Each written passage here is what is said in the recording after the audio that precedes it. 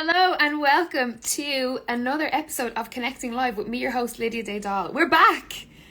I've listened to all your cries for Instagram Live to come back, so our Instagram Lives will be back, and I'm just waiting for one Bradley Ray to join us. Let's see and have a look if he's here. Let's see if I can get him connected. He should be here, joining us shortly. I'm going to have to... Hi, Bradley! How are you doing? You okay? Yeah, not too bad. Let me turn off these comments because All my you don't want fans, that. all my fans going mad. How are you? I'm good, thanks. How are you? I'm really excited because obviously I stopped doing the Instagram Lives for so long because we were very busy with shows and stuff like that. And then this week, I was just checking all our DMs and those people were like, how come you don't do those Instagram Lives anymore? Get them back. So you're the first guest of the new year. Oh, I love it. I love it. But listen, I just wanted to get you on because obviously, you know, it's been a while since we've spoke and there's been lots of stuff that happened last year with you, and we're gearing up for no doubt a big year this year. So just wanted to let you tell everyone what's been going on and what you're preparing for this year. Yeah. So hopefully going to be a big year for me. I think last year was kind of a bit of a breakout year. You know, I kind of shown people what I'm about and what I can do, and I think this year, you know, I'm really gonna stamp my mark and hopefully getting some big fights and start looking at titles. Absolutely. I mean, like your last fight, highlight reel stuff, you know, for anyone who knows you, who knows the gym, who knows your story, everyone is kind of aware of your potential and what you're going to go on and do in the sport. But I think for boxing fans, it's like they hear so much of new prospects, new fighters, you know, fighters saying, I'm going to do this, I'm going to do that. So they're kind of used to new fighters coming out and talking about what they're going to do in the sport. But you kind of, you know, already early days, but you've delivered. Yeah, definitely. You know, I think there's a lot of in boxing at the moment. There's a lot of kind of talking, isn't there? And then people don't back it up. But you know, I've shown in my last two fights, I'm willing to kind of put it on the line. And you know, I've took on, you know, undefeated lad in Lee Cutler, and then Jez Smith, who's boxed at a lot higher level than me, a lot more experience than me. And you know, I'm, you know, they're the type of fights I'm in the game for. And hopefully, there's more to come this year because you know, the middleweight division domestically, it's booming, you know what I mean? There's some great fights to be made, and you know, I'm happy to kind of put it on the line and get in them fights, and hopefully, you know, the rest of the division is. Absolutely. Like, as I say, the middleweight division is stacked. Certainly last year, you know, it's definitely one that a lot of people have been talking about, which is always good because the heavyweight division is the one who kind of always gets the most attention. Yeah. You know, like the most money, is the biggest kind of names, you know, and it's a bit of a draw for kind of the casual fans. But now we're starting to see with the kind of I suppose the elevation of Sky Sports, of Boxer, of all the different promotions, that the lower weight class divisions are starting to get the right amount of attention now. You know, for you, do you ever think about how you need to sort of market yourself or what you need to do, or do you just worry about showing up in the gym and doing what you need to do there? A little bit, you know, it is part of it. It is part of it. But with me, you know, I'm just myself, and you know, if people like that, they like it, and if they don't, I'm not really harsh, you know what I mean? Because I can show people in the ring what I'm about. You know, like I said, I'm happy to kind of go under the radar, and then I can show people what I can do in the ring. But you know, if people like the way I am on the interviews and in person and stuff, you know, it's just a bonus because, you know, at the end of the day, there's a lot of fake people in boxing, and a lot of people put on, you know, this kind of show. But I am generally just myself, and if people like that, happy days. But yeah, I'm just going to carry on being me, and you know, putting it on the line in these fights, and hopefully people want to it, and you know, want to tune in and put bums on seats. So. Well, I think it's that Manchester thing as well, though, isn't it? I mean, it's that sort of like down to earth, you know, grounded, and then if you can get in there and fight, that's obviously a huge plus. You know, we've seen it does past help, doesn't fighters it, who've done it before. So let's talk about the gym. I mean, obviously, you know, it come from good stock. How is life down there? Yeah, you know, it's good. It's good. I've been saying to my coach Blaine recently, you know, in the past year or so, kind of since COVID, the start of COVID, there's been kind of a changing in the gym. It's gone from kind of, we had a lot of, you know, more experienced lads. I was kind of the baby of the group. A lot of lads have moved on, some have retired, and you know, now it's kind of I'm the most experienced and one of the oldest in the gym, and we've got this kind of fresh crop of, you know, young talent coming through, and it's good. And you know, I'm trying to lead by example, but you know, it's good because everyone's hungry in the gym. Got some really talented lads coming through, and girls as well. You know, we've got Chloe Watson there, who's she's 1-0 now. We've got Ibn Nadeem, who's coming on. Couple of amateur lads who, you know, are going to be looking at turning pro soon, and you know, it's beaming, and we all just push each other in the gym, which is, you know, it's a really good environment at the moment. What's it like for you? Because like you're saying, you know, obviously I've interviewed Ibn before, and I think we're all really excited to see what he does. Obviously Chloe as well, you know, obviously very new to the professional ranks, but I think with women in particular, we're always fascinated with them because, you know, they're kind of in the minority in terms of like the numbers of guys that turn professional. So every time there's a new woman professional that turns, we're like, oh, very excited to see what they can do. But like that, you know, you were at that stage where it's kind of the blueprint is laid out for you in terms of what you can do in the professional ranks, and it really just is down to, you know, being guided in the right direction and to put in the performances. So do you notice, like, do you feel it now, like all this work that you've done from amateur turning pro, that now with these kind of big promotions that are on your doorstep, there is this huge opportunity for you to go and, you know, do something in the sport essentially? Yeah, definitely. I feel like I'm at a point now which I've always wanted to be at, and I've always believed I can get to. And even, you know, the first few years of the pro, which, you know, I've been around boxing a long time. I knew what I was getting myself in for. You know, I didn't have that kind of Team GB and Olympic pedigree to get me with the big promoters when I first turned pro. I knew it was going to be difficult the first few years. You knew it was going to be skint for a few years and just living fight to fight. And, you know, but I always believed that I could get to this point where I am now, and that's why I did it. So, you know, it's nice to kind of, you know, proving that to myself that I am good enough to get to this point. But, you know, this is where the real hard work starts. This is the fun bit now, and, you know, it's just, I just want to keep building on it. You know, that last fight, you know, watching it back and hearing kind of people, the way people were talking about it, and the commentary with Adam Smith and Matt Macklin, and I was thinking, I used to watch fights growing up, you know what I mean? Like, I used to watch these commentate on fights on a Saturday night, and now it's me in them fights. But yeah, like I said, you know, I'm just getting started out, and you know, I've got to work harder than ever now. Mm-hmm. It definitely is that. It's kind of like those stages. It's kind of like a level in a video game, isn't it? Like, as soon as you get to the next level, it's starting again. But you're obviously progressed to that next level, and it is that thing of like, you know, I always find it really exciting for guys, especially that you've known in the sport for a long time, and they do get to end up on these big stages, and like, you know, it is almost like they do the job, they get the win, and they come back and they're like, this is so surreal, you know. Like, I've gone from, you know, training hard during the week and sitting down on a Saturday night watching a card like this on TV and going, when will it be my shot? When will I get a chance to get up there and do that? So when you get there, I imagine it is kind of a little, you know, overwhelming, or kind of like, God, like, we're not there yet, but we've come a certain way, you know? Yeah, definitely. And, you know, with me, sometimes it's a little bit more kind of after the fight. Before the fight, I'm kind of just focused, and I could be fighting anywhere. I could be in the gym, you know, I could be Madison Square Garden, it could be in some conservative club somewhere, you know. And then after it, I kind of sit back and I go, bloody hell, you know, this is quite big. And I think this next fight, it's Manchester Arena, isn't it? Come on, it's just what dreams are made of, you know what I mean? And, you know, I'm absolutely buzzing.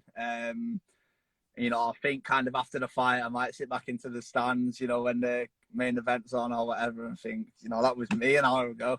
But yeah, you know, it's great to see, and I'm just buzzing at taking it kind of step by step, one day at a time, and I'm loving every moment of it. So yeah, you know, the only way is up. Absolutely. And like you say, that moment in Manchester Arena will be so special, and hopefully I'll be there to witness it as well. But up until this point, has there been a moment, like, what has been the most sort of like, oh my gosh, this is real, this is happening moment for you yet? Or one where you kind of took time and said, can't believe this is my life now? You know what? I think it's a bit of a mad one, because it's kind of behind, like I said, it's after the fight and it's behind closed doors. But after my last fight, obviously we were in Newcastle, and you know, I had about 210 come up from Manchester on the morning, and they'd met in Witherspoons at 10 in the morning, you know, and I've seen them all after the fight, and they were all wrecked. And I was thinking, right, I've got to go out with these in a minute. And me and Blaine went back to the hotel, and we kind of just sat there and we put the fight on, and I was watching it back. And when I was in, I knew it was a good fight when I was in there, but when I watched it back, I was like, bloody hell. I didn't think it looked like this, you know what I mean? Yeah. You know, it was one of them, you know, people were coming up to us after, that's the best fight I've ever seen, you know. You're like a Mank Gatty, someone said to me. And I was like, was it really like that? And I watched it back and I was like, bloody hell, you know, this is, you know, there'll be kids at home watching this. Yeah. Like I was, you know, when I was 11, 12 years old, thinking, wow, that can be me one day. And, Absolutely. you know, I had to pinch myself a little bit then and kind of think, right, this is me now. This is my life. It's so true, you know, and even for me, when I watch guys like you that are new to the pro ranks, and you know the backstory, you know how hard they've worked up until that point, and they go in there and they can, like, sometimes, you know, a lot of guys, not that nerves take over, but the stage kind of, you know, they don't put in their best performance, and it takes them a couple of fights in their professional career to like get into the swing and get their style together. So for you to have that much of an impact that early on, it's so good for you. You know, it's good for your promoter. It's good for you as a fighter. It's good for the gym. It's good for fans now to know, oh, Bradley Ray, oh, right, look at his last fight. Okay, I'm definitely going to tune in next time because we might get a similar, you know, similar stoppage, similar performance. So it's just exciting all around, right? Yeah, definitely. You know, if I can do that every fight, I'll do that. You know, that's what I'm about. You know, I love putting on a show for people. I absolutely love it. And I've always been the same. And, you know, I don't think sometimes it might not be the best idea. It might not be the smartest game plan. But, you know, sometimes I can't help myself. You know, I love entertaining people. You know what I mean? I love people being stood on the feet, cheering me. And, you know, if I can offer some kind of excitement, whether it's, you know, a great fight like the Jed Smith fight, or whether it's a, you know, 1 round knockout or whatever, you know what I mean? I'm willing to do that. I'm not the type of guy to kind of play it safe, but, you know, hopefully there's a lot more excitement to come in my career. I'm only young, you know. You're only a baby. I'm a baby. We're just getting started. So, you know, hopefully down the line, you know, we'll have people talking again. And, you know, that's what I'd like to, when it's all said and done, that's what I'd like to be remembered as, you know, an entertaining fighter who kind of, you know, put it all on the line, wasn't scared to fight anyone, anywhere, anytime. And, you know, that's what it's about at the end of the day. Absolutely. And in terms of the promotional side with Sky Sports with Boxer, have you signed a contract now, or we're going to see you with them for a couple of fights, or are we doing fight by fight? Yeah. So I've signed a contract. I think it was a 3-fight contract and then another 3. So, you know, hopefully I can keep on delivering, and, you know, I'll be, you know, showing them what I can do last time. Obviously I didn't get a slot on the TV card last time, and, you know, I think I've shown them what they're missing out on. So hopefully the next couple of fights will be knocked up the card and getting some big fights, and, you know, I'll keep delivering. Hopefully, absolutely. You know, I'll keep putting the work in, and hopefully I'm finding out I can deliver. Definitely. I mean, I'm asking the question, but I don't, I think I know the answer already, but for you, when you were deciding what promoter to go with, what was the draw with Sky Sports and Boxer? I mean, we know, you know, a huge platform, and, you know, those have gone before us and what they're going to do again in the sport. But for you, what was the kind of the bit that made you grab the pen and sign the contract? I think it was just the way they were talking. It was very exciting. It was very, you know, and they did kind of have this young, fresh, you know, it was all new. And I like that, you know, I like the idea of kind of being involved in this new wave and this kind of, you know, it was a little bit of a risk. But, you know, I think they're finding the feet, and, you know, they're putting on some massive shows, and, you know, it's exciting to kind of feature on them shows. And I think down the line, you know, I'm kind of at a perfect position where I'm not having my debut and starting out with 4 rounders, or I'm not one of the big draws, you know what I mean? I'm in a perfect position where they can build me.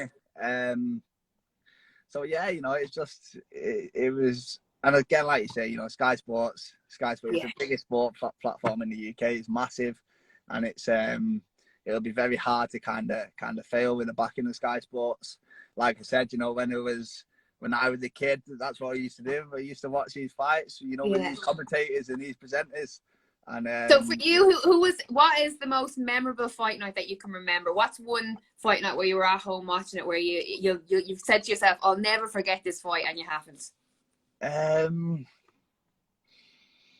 You know what? I think that if I think back, probably one that stands out, and it's not, I wasn't at home watching it, I was there, and it was Anthony Crawler against Gavin Rees in Bolton. Wow. And you know, we followed Crawler all over to the arena, and you know, to Liverpool when he boxed Derry. You know, I followed him all over, and you know, that was kind of, he was a bit of an underdog. You know, wasn't really expected to win, and I just remember I actually boxed as an amateur on the day.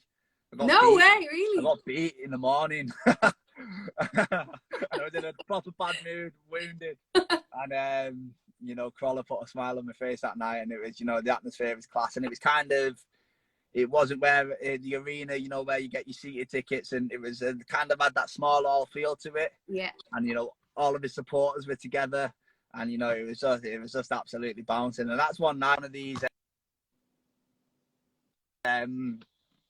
mega fights or whatever, you know, but it's just one that stands out, and you know, that was one of my favorite nights going to watch the boxing as a kid. It always sticks in my mind. What you know, it's one of those things, Bradley, where like, you know, that feeling is sort of cyclical in that, you know, you felt it, now you're in a position where you will go on to do that to the up and coming generation. It's such the beauty of boxing, it's the beauty of the sport, you know, that like the guys who inspired you and who you watch growing up now, especially with Crawler still being heavily involved in the sports, you know, from obviously coaching end and also from, you know, presenting end and commentating end, chances are you'll run into him again in some kind of professional capacity down the line again.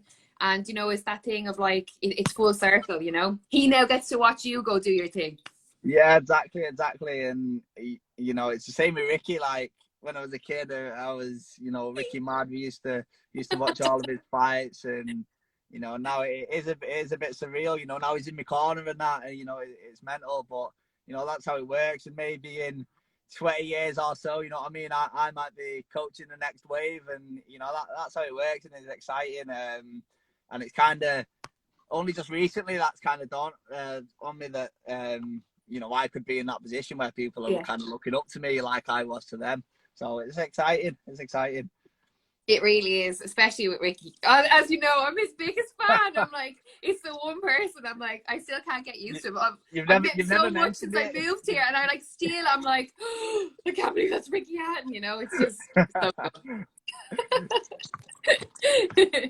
But listen, Brad, I won't keep you too long. I know you're just finished a training session, so I just wanted to get you on, check in, see how everything is, and just kind of look forward to the fight in Manchester Arena very soon. We're having it. I'm going home. We're having it. My avocado and eggs now. I'm going to get my little. Oh, enjoy! I love it. Hey, don't forget your avocado slicer. Yeah, is that what we call it? 3-in-1 gadget. It's honestly changed my life. I've never seen anything like it. I'm a big fan. Ever since you put up that tutorial video, I'm a big fan. I'm going to have to get one for myself. But listen, thank you so much for joining me. I really appreciate it, Brad, and no doubt I'll see you very soon, and look forward to your fight in Manchester Arena coming very soon. No worries. Good talking to you, Lydia. See you later. See you, Bradley. Bye.